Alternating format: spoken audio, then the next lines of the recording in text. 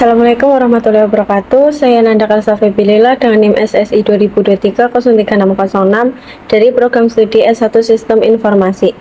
Saya akan mempresentasikan hasil UAS mata kuliah Sistem Penunjang Keputusan dengan studi kasus pemilihan destinasi wisata menggunakan metode AHP dan WP. Latar belakangnya adalah banyaknya pilihan destinasi wisata di wilayah Kabupaten Purbalingga dan Kabupaten Banyumas yang memiliki karakteristik berbeda-beda. Perbedaan tersebut meliputi biaya masuk, jarak tempuh, fasilitas, keindahan, dan tingkat keamanan.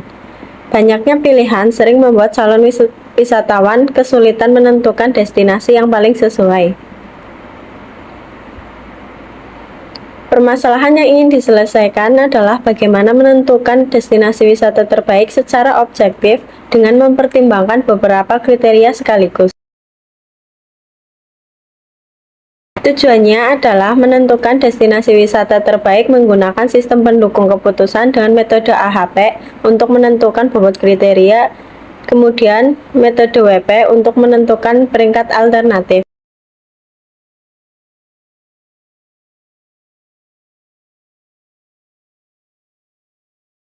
Alternatif yang digunakan ada 5, yaitu A1 Goa Lawa, A2 Batu Raden, A3 Telaga Sunyi, A4 Uabong, A5 Telas Lembah Asri Serang. Kelima destinasi ini nantinya akan dibandingkan berdasarkan 5 kriteria yang telah ditentukan.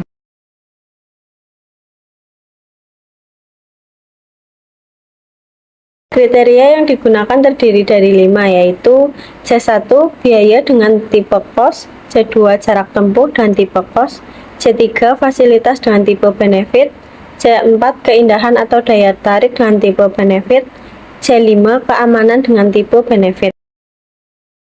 Kriteria bertipe kos berarti semakin kecil nilainya semakin baik, sedangkan benefit berarti semakin besar nilainya semakin baik.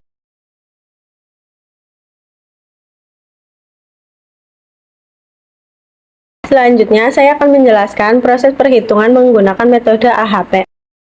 Langkah pertama adalah membuat matriks perbandingan berpasangan menggunakan skala Saeti. Pada tahap ini, setiap kriteria dibandingkan dengan kriteria lainnya. Sebagai contoh, biaya dinilai lebih penting daripada jarak sehingga diberi nilai 3. Kemudian, keindahan dinilai lebih penting dari biaya sehingga nilai biaya terhadap keindahan menjadi 2 atau setengah. Proses ini dilakukan hingga seluruh matriks terisi.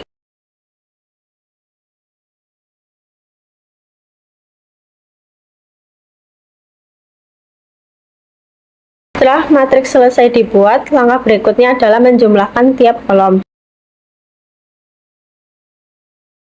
Sebagai contoh, kolom C1 dihitung dengan menjumlahkan seluruh nilai pada kolom pertama, yaitu 1 ditambah 0,333 ditambah 0,500 ditambah 2 ditambah 0,500.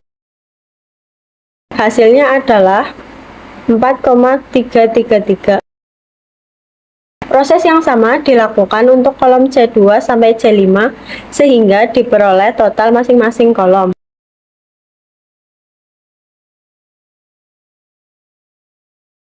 Langkah berikutnya adalah normalisasi matriks. Caranya adalah membagi setiap nilai pada matriks dengan jumlah kolomnya. Sebagai contoh, nilai pertama pada matriks yaitu angka 1 dibagi total kolom C1 yaitu 4,333.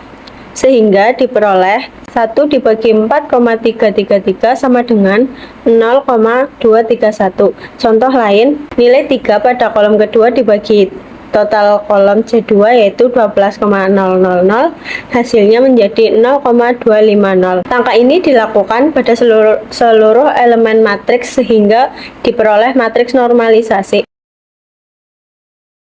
Setelah itu dihitung bobot prioritas. Caranya adalah menghitung rata-rata setiap baris hasil normalisasi.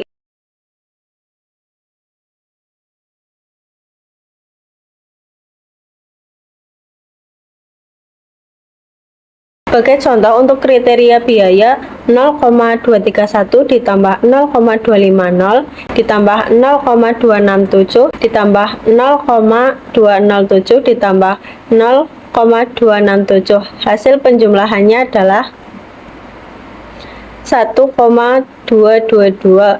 Lalu dibagi 5, hasilnya 0,244. Langkah yang sama dilakukan pada seluruh baris sehingga diperoleh dengan bobot akhir C1 biaya 0,244, C2 jarak 0,079, C3 fasilitas 0,137, C4 keindahan 0,402, C5 keamanan 0,137.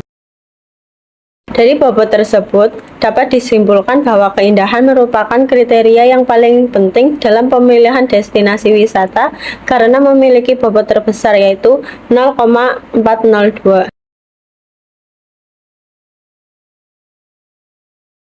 Selanjutnya dilakukan uji konsistensi. Pertama, matriks awal dikalikan dengan bobot yang telah diperoleh sehingga menghasilkan nilai baru setiap baris. Kemudian, setiap hasil dibagi dengan bobot masing-masing sehingga diperoleh nilai lambda setiap kriteria.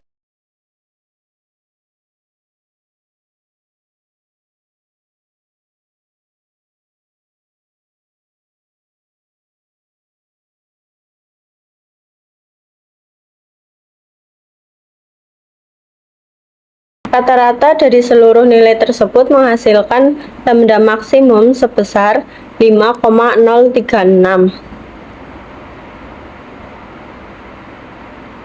Selanjutnya, dihitung konsistensi indeks menggunakan rumus lambda maksimum dikurangi jumlah kriteria, kemudian dibagi jumlah kriteria dikurangi 1. Hasilnya 0,009.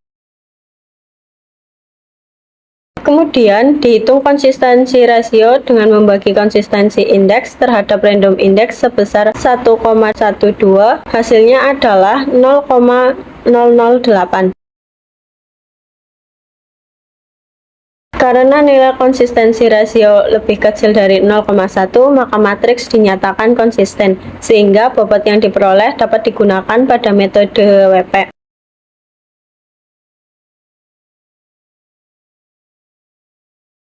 Setelah memperoleh bobot dari AHP, proses dilanjutkan menggunakan metode WP. Pertama, bobot hasil AHP digunakan sebagai pangkat. Menentukan benefit dan cost, lalu mengubah bobot cost menjadi negatif. Karena biaya dan jarak merupakan kriteria cost, maka bobotnya diubah menjadi negatif. Sedangkan fasilitas, keindahan, dan keamanan tetap bernilai positif karena merupakan benefit.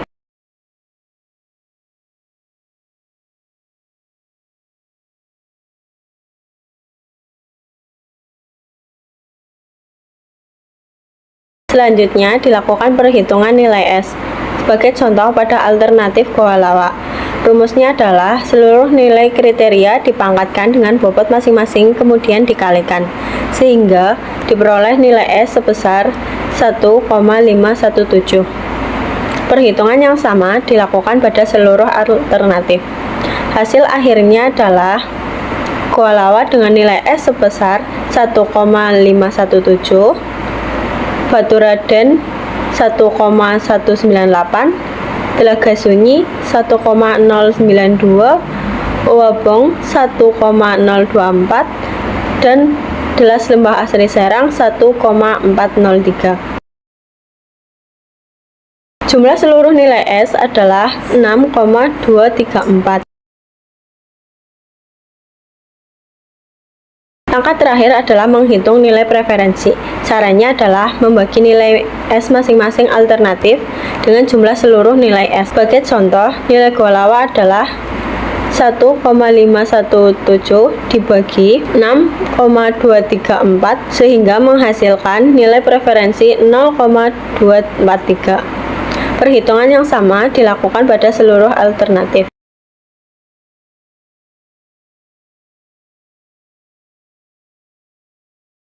Berdasarkan hasil perhitungan diperoleh ranking akhir dengan peringkat pertama adalah Goa Lawa dengan nilai 0,243, Peringkat kedua adalah Gelas Lembah Asri Serang dengan nilai 0,225.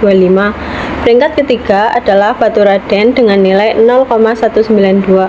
Peringkat keempat adalah Telaga Sunyi dengan nilai 0,175. Dan peringkat kelima adalah Uabong dengan nilai 0,164.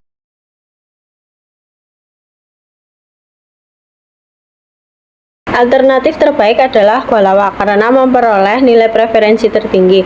Hal ini menunjukkan bahwa Kualawa memiliki kombinasi nilai yang paling optimal berdasarkan kriteria biaya, jarak tempuh, fasilitas, keindahan, dan keamanan, sehingga menjadi destinasi wisata yang paling direkomendasikan.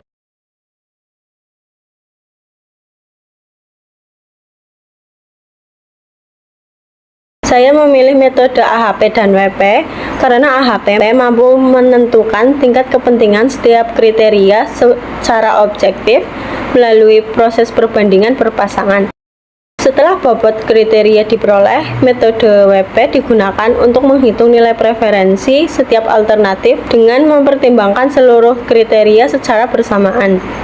Kombinasi kedua metode tersebut mampu menghasilkan keputusan yang lebih sistematis, objektif, dan mudah dipertanggungjawabkan dibandingkan apabila penilaian dilakukan hanya berdasarkan pendapat pribadi. Kelebihan metode AHP dan WP adalah mampu menentukan bobot kriteria secara logis dan konsisten, dapat menangani banyak kriteria sekaligus, mendukung penggunaan atribut benefit maupun cost, serta menghasilkan proses perankingan yang relatif sederhana namun tetap akurat.